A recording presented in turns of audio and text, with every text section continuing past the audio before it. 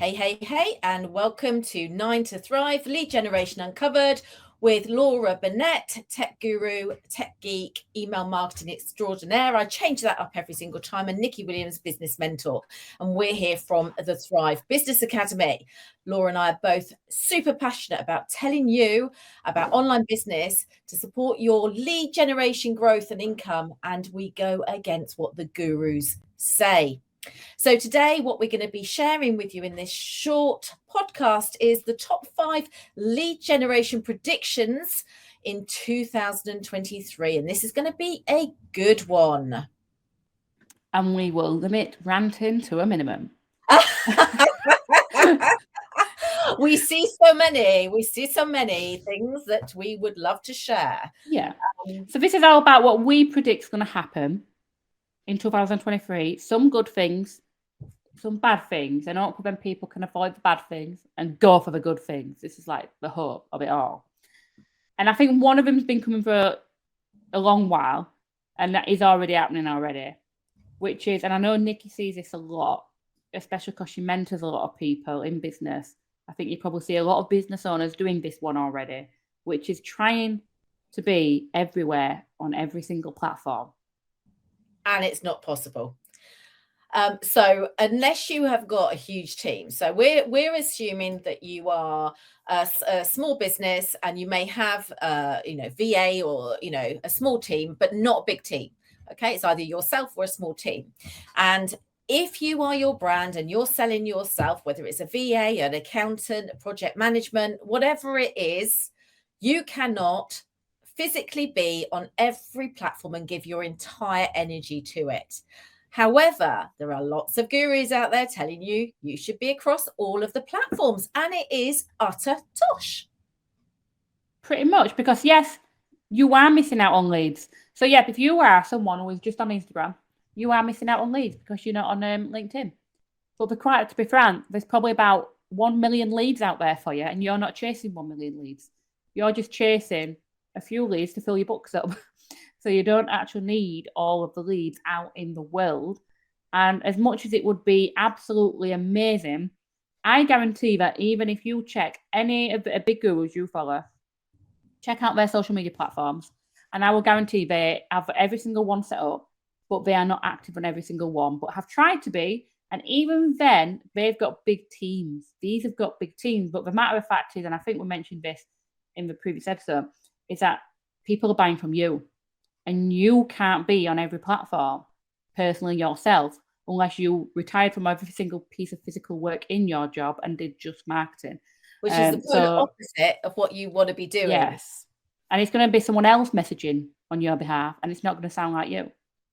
Yeah. So I do predict a lot of people, if not already, if you're listening to this, you have probably already thought, do you know what? I need to be on TikTok. I need to be on Pinterest. I need to be on YouTube. But it becomes like a tick box exercise. Okay. So what you're going is like, you've now got this sheet of paper, or you've got a spreadsheet there, and you just go through, right? Okay, I've done TikTok, right? Okay, I've done Instagram Reels. I've got to do stories. Got to do 5 stories today, right? Okay, but I haven't actually cross-posted over to Facebook, or I haven't cross-posted to LinkedIn. There's no way I can actually engage with people. And then you go back and you find that actually somebody had emailed you or DM'd you 5 weeks ago, but there's no way you would have had time to contact that lead because you're spreading yourself too thin. And you just need to focus on one. If you've got a team, you could probably stretch to 2. But otherwise, 1, 2 maximum. That's the most platforms. And the people who will do well in lead generation in 2023 are the people who do that, and just focus on one. Yeah, and stick to it and do it. Yes, your clients will be everywhere, okay? They will be everywhere. So go to the one that you really enjoy, okay? And a whole nother subject, but stick to one that you enjoy, and just talk to your people and they will come. 100%. Now, number 2, I 100% seen this already, and we're only we're still not even into 2023 yet. I feel like it's a return of the challenge frenzy of there is a challenge every single week that you could potentially enter, because there is that many challenges out there right now, and I guarantee there will be hundreds more challenges that come out. And it is good and it is bad in a way. I think it's both. Yeah. Isn't it? It's about restraint, but also what I would say, January is well known for challenges. January is like people know for the marketing wise, you've been sat at home, or their audience has been sat at home, like, what am I going to do differently? What am I going to do next? So suddenly, bang, bang, bang, everywhere is like, join this free challenge, join this, and like, suddenly we've noticed a load of people have probably gone shiny object, and they've all gone, oh, look at that exciting shiny object and all of those challenges, but they're not focusing on moving their business forward in January because they have been focusing on the challenges.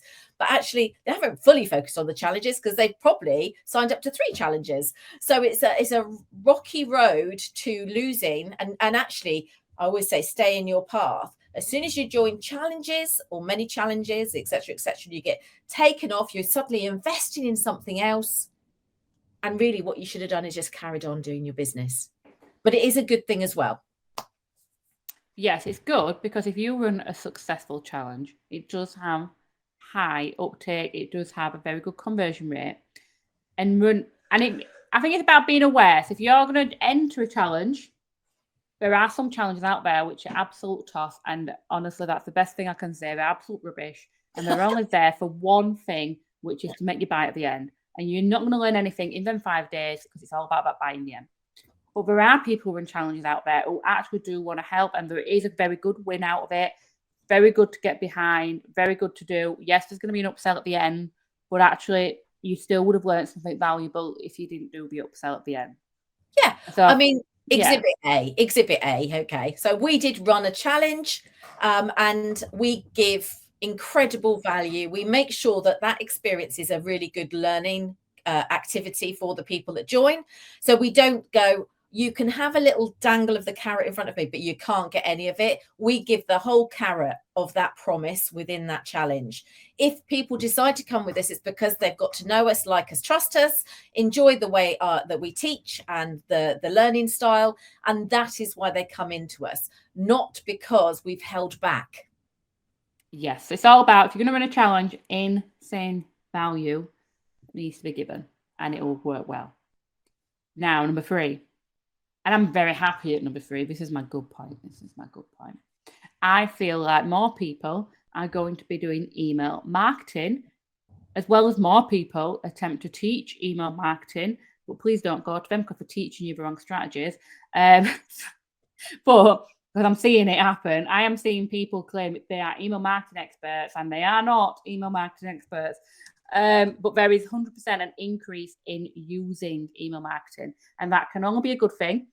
Because it's a fantastic return on investment. If you've been listening to this podcast, you already know how good email marketing is, and it is going to be great as long as you use email marketing correctly, follow the right strategies. It's going to be brilliant. If you're not email marketing listening to this, I predict by the end of 2023 you will be email marketing, because that's the way business is going. We went through a stage where everybody did email marketing, GDPR hit. Everyone stopped email marketing because everyone got scared.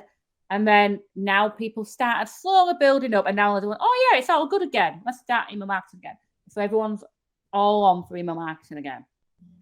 But then as you said quite rightly, there are people out there that is not their zone of genius, but yet they are claiming potentially that they are the people to teach it. Now, let me tell you that no, that's I'm going to call BS on a lot of those, because it's just factually incorrect.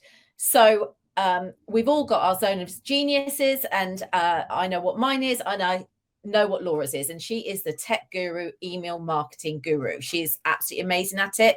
She knows it. She lives and breathes it every day. So we do know what we're talking about. So just be really, really wary of that. But it is a no-brainer to start your email marketing strategy like yesterday. 100%. And then number 4, I'm seeing this happen. I feel like this is like probably Nikki's favourite. But no, this one is what I'm seeing is a lot of big gurus or ex-big gurus are going back to basics. They've gone like sky high and achieved their dreams in their ideal income, and then been trying to tell everyone else do it their way, and you'll get to this stage as well. And then suddenly they're doing basics again, because actually it wasn't how it all played out to be. It's what I call the rise and fall of the big dogs. So it's the rise and fall of them. So what they do is they become huge. They see great success of income and all the rest of it. They start bringing in teams of people that start supporting.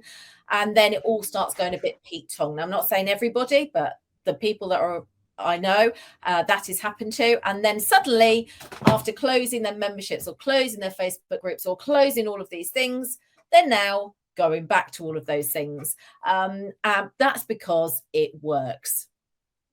Doing the basics work. So they're going back to being consistent. They're going back to saying it's not about posting 100 times a day. It's about just being consistent. And it's about the slow win. It's not about a fast win. You'll never see me or Nikki tell you that we can get you income fast, because it's a slow game getting that. And there's so many different elements. Like there's a proportion of people that can do something and get that quick win, right? There's always going to be people in this world, whatever they put their hand to, it just works really, really quickly. Then there's going to be the majority of people that just means you have to go through the motions to get there. But you will get there. But you won't get there if you're constantly going this way, that way, shiny object syndrome, etc. So it's basically doing the basics consistently, bringing your unique self to the table, and then you have smashed it. 100%. And then number 5 is probably my favourite.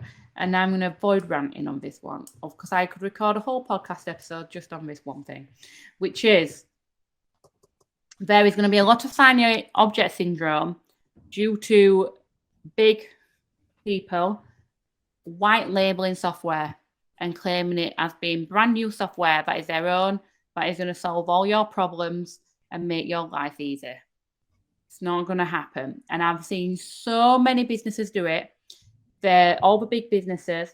They're finding a piece of software like Go Pipeline, Groove, all these other different ones, and they're chucking their logo on it, claiming it to be their own software, selling it to you and saying, leave what you currently have. So then that means people are stopping what they're working on right now, which winds me up.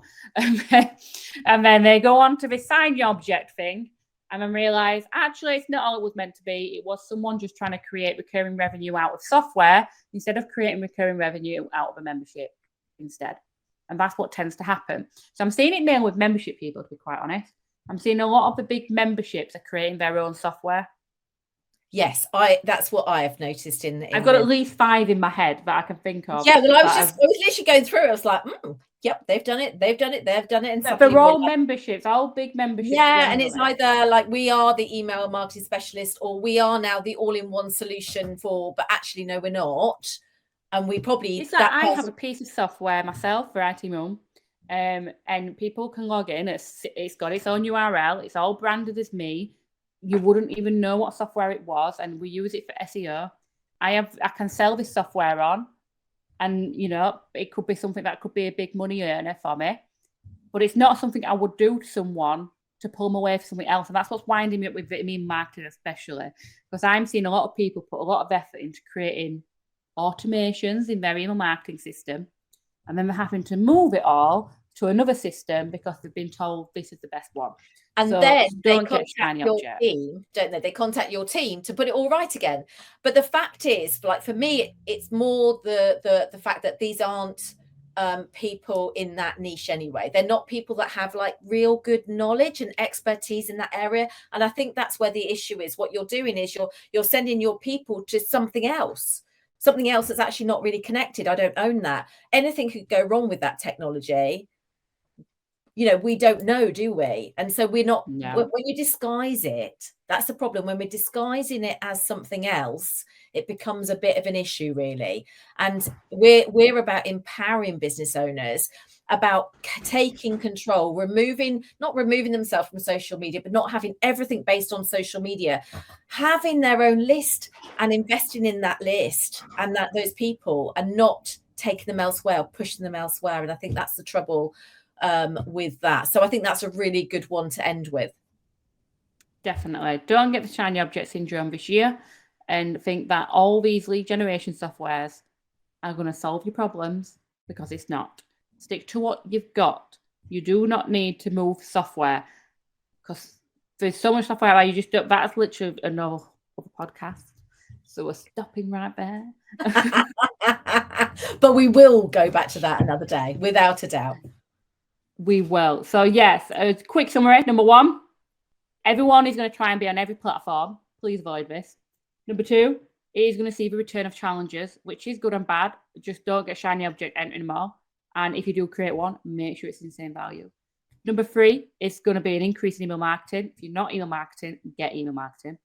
Number 4, we're going to see a lot of people going back to basics, no matter the size of their company. So stick to the basics when it comes to lead generation. And number 5, please do avoid any software that is told to do everything for you, because it will not. Just stick to what you've got already. And I think that's it.